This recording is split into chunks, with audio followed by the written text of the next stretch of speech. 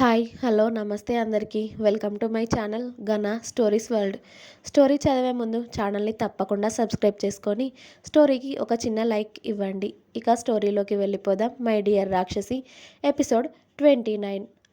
నీ ప్రేమలో అగ్రిమెంట్ గురించి మర్చిపోయాడు, కానీ వాడు పిల్లల విషయంలో ఇంత కఠినంగా ఉంటాడు అనుకోలేదు తల్లి. నీకు ఇలాంటి పరిస్థితి వచ్చినందుకు నాకు చాలా బాధగా ఉంది. వాడిలా చేసినందుకు వాడికి తరపున నేను క్షమాపణ అడుగుతున్నాను తల్లి నిన్ను, అన్నారు రాఘవేంద్ర గారు అవంతిక తల మీద చేయి వేసి. ఆయన మూర్ఖత్వానికి మీరెందుకు తాతయ్య గారు క్షమాపణలు చెప్పడం? ఆయన మూర్ఖత్వం ఆయన దగ్గరే ఉండనివ్వండి. ఆయనతో నాకు ఎలాంటి సంబంధం లేదు. ఆయనకి నాకు బంధం చనిపోయినట్టే. ఇక నాకు ఆయనతో ఎలాంటి అవసరం కూడా లేదు. ఆయన నా బిడ్డకి ఏమీ కారు అని తేల్చి చెప్పేసింది అవంతిక. నువ్వు అనుకున్నదంతా తేలిక కాదమ్మా అవంతిక. ఒక బిడ్డని తండ్రిని వేరు చేయడం, వాడు ఏ రక్తమైతే ఇప్పుడు కాదు అంటున్నాడో ఆ రక్తం ఈ భూమిపైకి వచ్చి పెరుగుతూ ఉంటే ఖచ్చితంగా ఏదో ఒక రోజు రక్త సంబంధం అనేది కలుస్తుంది. రక్త సంబంధాన్ని ఎవరు వేరు చేయలేరు తల్లి. అది నువ్వైనా నేనైనా ఆఖరికి ఆ దేవుడైనా. ఎందుకంటే ఆ రక్త సంబంధంలో ఉన్న మాయే వేరు తల్లి. అది ఎక్కడ ఉన్నా వాళ్ళ వైపు లాగేసుకుంటూ ఉంటుంది. ఏమో ఇప్పుడు మీ ఇద్దరి దూరానికి కారణమైన ఈ బిడ్డ రేపు మీరు దగ్గర అవ్వడానికి కారణం అవుతుందేమో. ఎవరికి తెలుసు? రోజులన్నీ ఒకేలా ఉండవు కదా తల్లి. ఇవాళ ఉన్నట్టు వాడి మనసు రేపు ఉండకపోవచ్చు కదా. రేపటికి వాడి మనసు మారుతుందేమో. అప్పుడేం చేస్తావు అని అడిగారు రాఘవేంద్ర గారు. వద్దు తాతయ్య గారు, ఇవాళ నా బిడ్డను చంపుకోమన్న ఆయన రేపు నా బిడ్డ పెద్ద పెరిగిన తర్వాత నా బిడ్డకు ఏదైనా హాని చేయరని గ్యారెంటీ ఏంటి? ఆయన కన్ను కూడా నా బిడ్డ మీద పడడానికి వీలు లేదు. ఆయన గాలి కూడా నాకు నా బిడ్డకి తగలడానికి నేను ఒప్పుకోను తాతయ్య గారు. ప్లీజ్ నన్ను వదిలేయండి. నేను ఎక్కడికైనా వెళ్ళి బతుకుతాను. ఇప్పటి వరకు నా చెల్లి ఎలా ఉంటుంది, ఎలా బతుకుతుంది, తనని ఎవరు చూసుకుంటారు అన్న బాధ ఉండేది. కానీ నాకు ఇప్పుడు అది కూడా లేదు. నా చెల్లిని ప్రేమించే వ్యక్తి ఉన్నారు. ఇప్పుడు నాకున్నదల్లా ఒకే ఒక్క బంధం, అది కూడా నా బిడ్డ. నా బిడ్డను ప్రేమగా చూసుకొని తనని పెంచుకుంటే చాలు. నేను ఎలాగైనా బతకగలను. ఏదైనా పని చేసుకొని బతుకుతాను తాతయ్య నేను అని అంది అవంతిక. కడుపుతో ఉండి కడుపులో నీ బిడ్డను పెంచుతూ ఏం పని చేస్తావు తల్లి? ఈ తాతయ్య ఉండగా నిన్ను అలా చూస్తే ఇక నేను బతికేందుకు తల్లి?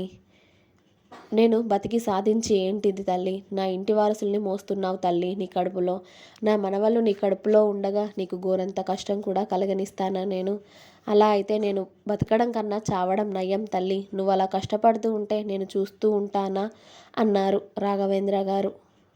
అలా మాట్లాడకండి తాతయ్య. ఆయనే వద్దనుకొని వచ్చిన దాన్ని ఇక మీ సహాయం ఎలా తీసుకుంటాను చెప్పండి నేను అని నిర్మోహమాటంగా చెప్పేసింది అవంతిక. వాడు సంపాదిస్తుందంతా ఎక్కడిది తల్లి? వాడిదా, వాడి బాబుదా? నేను స్థాపించిన సంస్థలన్నీ అవన్నీ నావి, నా కష్టార్జితం. అందులో ఉన్న ప్రతి రూపాయి నాది, నా కష్టార్జితం తప్పితే నీ మొగుడిదో వాడి బాబుదో కాదు. అర్థమైందా? ఈ ఆస్తంతా కూడా ఇప్పటికే నా పేరు మీద ఉంది. నాకు తిక్కలేస్తే నా ఆస్తంతా తీసి నా మనవరాల పేరున రాసిస్తాను తప్పితే వాడికి ఒక్క రూపాయి కూడా చెందనివ్వను. నాకు అంతలా బాధ కలుగుతుంది తల్లి. కడుపుతో ఉన్న అమ్మాయి ఇంట్లో నుండి కాలు బయట పెట్టిన క్షణమే మేము బతుకున్నా చచ్చిపోయినట్టే. నువ్వేమనుకున్నా అన్నారు రాఘవేంద్ర గారు. అలా మాట్లాడకండి తాతయ్య గారు. ఇందులో ఎవరి తప్పు లేదు, నాదే. నా చెల్లి కోసం మీ మనవడిని కలిశాను. నా చెల్లిని బతికించుకోవడానికి ఆయన్ని పెళ్లి చేసుకున్నాను. ఆఖరికి ఆయన అగ్రిమెంట్కి ఒప్పుకున్నాను. ఆయన ప్రేమను ఆశించాను, కానీ ఆయన బిడ్డని ఆయనే ద్వేషిస్తూ ఉంటే నేను తీసుకోలేకపోతున్నాను తాతయ్య గారు. ఇందులో మీ మనవడి తప్పు కూడా లేదు. ఉన్నదంతా కూడా నాదే. ఆయన అలాంటి వారని తెలిసే కదా నేను పెళ్లి చేసుకుంది. ఇందులో నిందించడానికి ఎవరూ కారకులు కాదు తాతయ్య గారు. ఇది నా జీవితం. ఇందులో ఏ తప్పు ఉన్నా కూడా అది నాదే అవుతుంది అని అవంతిక కళ్ళల్లో నుండి కారుతున్న కన్నీళ్లను తుడుచుకొని నా జీవితానికి నేనే బాధ్యురాలిని అవుతాను తాతయ్య గారు అని అంది అవంతిక. కానీ ఒక ఆడపిల్లని అలా ఒంటరిగా వదిలేయడానికి నీ భర్తకు ఉన్నంత మూర్ఖత్వం నాకు లేదు తల్లి. పైగా నువ్వు నా ఇంటి వారసుల్ని మోస్తూ అలా ఎక్కడో బతుకుతాను అంటే నేను ఊరుకోనుగాక ఊరుకోను అని తేల్చి చెప్పేశారు రాఘవేంద్ర గారు. అయితే ఇప్పుడు ఏం చేద్దాం అనుకుంటున్నారు తాతయ్య గారు అని ప్రశ్నార్థకంగా ఆయన వైపు చూస్తూ అడిగింది అవంతిక. నీకు ఈ తాతయ్య ఉన్నాడు అని గుర్తుంచుకో తల్లి. నిన్ను ఒంటరిగా అలా వదిలేయలేను. నీకు నీ భర్తతో సంబంధం తెగిపోతే ఈ తాతయ్యతో కూడా తెగిపోయింది అనుకోకు తల్లి. నాతో పాటు రా అన్నారు రాఘవేంద్ర గారు. నేను ఇంతకు ముందే చెప్పాను కదా తాతయ్య, ఆయన మొహం కాదు కదా, ఆయన గాలి కూడా నాకు తాకడానికి వీల్లేదని. మళ్ళీ మీరు ఎలా నన్ను మీతో పాటు రమ్మని అడుగుతున్నారు అని అంది అవంతిక. నేను మన ఇంటికి రమ్మని అడగడం లేదు తల్లి. మీ ఊరికి దగ్గరలోనే నా సొంత ఊరు ఉంది. అక్కడ నాకు నచ్చినట్టుగా ఇల్లు కట్టుకున్నాను. ఎప్పుడైనా అక్కడికి వెళ్ళి 2 రోజులు ఉండి గడిపి రావడానికి. నీకు ఇష్టమైతే అక్కడే ఉండు తల్లి. అక్కడ ఇంటి నిండా నౌకర్లు, నీకు పని చేసి పెట్టడానికి పని మనుషులు అందరూ ఉన్నారు. అక్కడ అన్ని సౌకర్యాలు ఉంటాయి కూడా. 24 గంటలు నీకు అన్ని సౌకర్యాలు ఉన్నాయి. నీకే బాధ ఉండదు. నువ్వు అక్కడ ఉంటే నువ్వు ఎలా ఉన్నావన్న బాధ కూడా నాకు ఉండదు తల్లి. ఎందుకంటే అక్కడ నిన్ను చూసుకోవడానికి 24 గంటలు మనుషులు ఉంటారు. అక్కడ అందరూ నాకు తెలిసిన వారు. ఈ తాతయ్య మీద నీకేమాత్రం ప్రేమ ఉన్నా నా మాట కాదనకుండా అక్కడికి వెళ్దాం.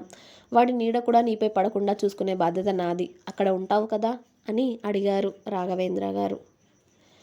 ఆయననే వదిలేసిన దాన్ని మళ్ళీ ఆయన బంధువుల సహాయం తీసుకొని నన్ను ఎలా బతకమంటారు తాతయ్య గారు అని అంది అవంతిక. నన్ను కూడా వాడి ఖాతాలో వేసి నీకు దూరం చేయకు తల్లి. వాడిని వదిలేసినంత మాత్రాన నువ్వు నా మనవరాలివి కాకుండా పోవు. అర్థమైందా? నువ్వు వాడికి విడాకులు ఇచ్చి వాడికి దూరంగా ఉన్నా నువ్వు నా మనవరాలివే. నీ కడుపులో పెరుగుతుంది నా ఇంటి వారసులే. అర్థమైందా? మీ తాతయ్య మాటని కాదు అనకు తల్లి. కాటికి కాలు చాపే వయసున్న వాడిని, కనీసం నా మనవరాల్ని, నీ కడుపులో పెరుగుతున్న పిల్లల్ని చూసైనా సంతోషంగా ప్రాణాలు వదిలేస్తాను తల్లి. నా ఈ చివరి కోరిక నెరవేర్చు. లేకపోతే ఈ ముసలి ప్రాణం ఎలాంటి సంతోషాలు చూడకుండానే పైకి పోతుంది. నాకు ఈ కాస్త సంతోషం కూడా దక్కనివ్వవా? నీ పిల్లల్ని చూసి అదృష్టాన్ని నాకు ప్రసాదించవా తల్లి అని అడిగారు రాఘవేంద్ర గారు.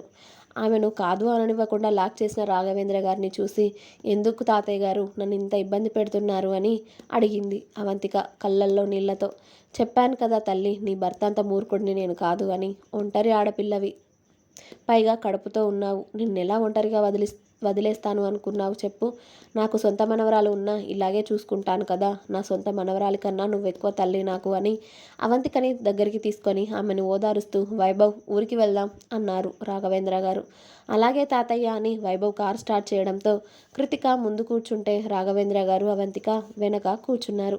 ఎక్కడి నుండో మొదలయ్యి మరెక్కడికో ప్రయాణిస్తున్న ఆమె పయనం ఎటువైపుకో అర్థం అవ్వక కార్ సీటు వెనక్కి వాలి ఏదో ఆలోచిస్తూ కూర్చుంది అవంతిక. అవంతిక ఇంటి బయట కాలు పెట్టినప్పటి నుండి ఆర్యన్ మనసులో లేదు. ఆమె అతడి మాట వినలేదు అన్న పంతం, కోపం, ఉక్రోషం అన్నీ పెరిగిపోయాయి ఆర్యన్లో.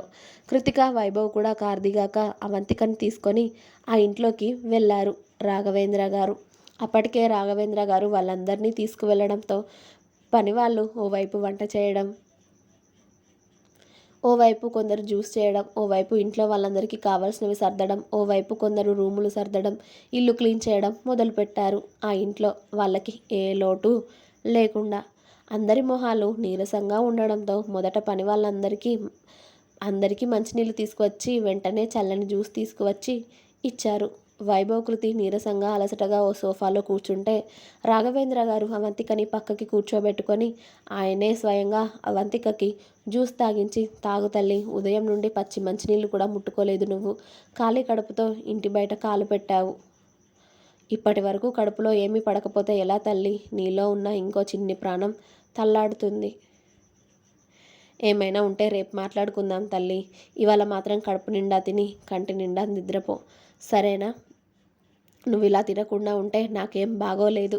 ఏదున్నా రేపు ఉదయం మాట్లాడుకుందాం. ఇప్పటికే చాలాసేపు ప్రయాణం చేశావు కదా, అలసిపోయావు. అమ్మా కృతి, ఇదిగో కింద ఉన్న గది.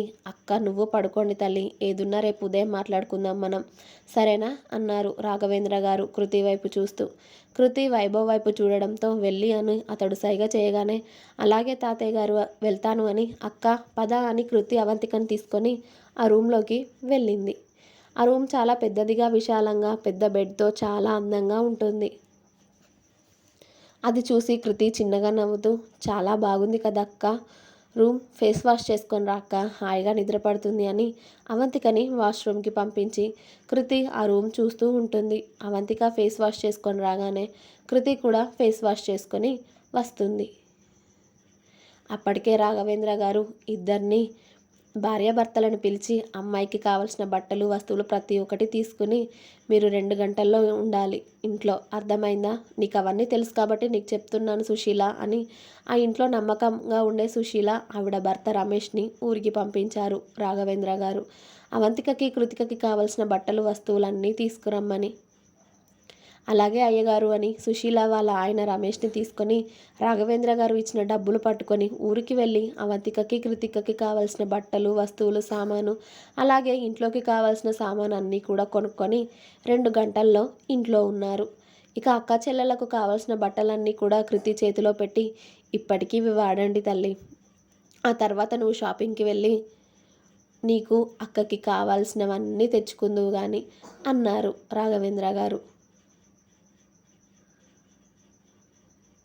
అలాగే తాతయ్య గారు అని కృతి ఆ బట్టలు అవంతిక దగ్గరికి తీసుకువెళ్ళి, అక్క ఇదిగో తాతయ్య మన కోసం బట్టలు తెప్పించాడు, ఉదయం నుండి అవే బట్టల మీద ఉన్నావు కదా, చిరాకుగా ఉంటుంది, ఇది మార్చుకో అని అవంతికకి లూజ్గా ఉండే డ్రెస్సులు తీసి ఇచ్చింది కృతిక.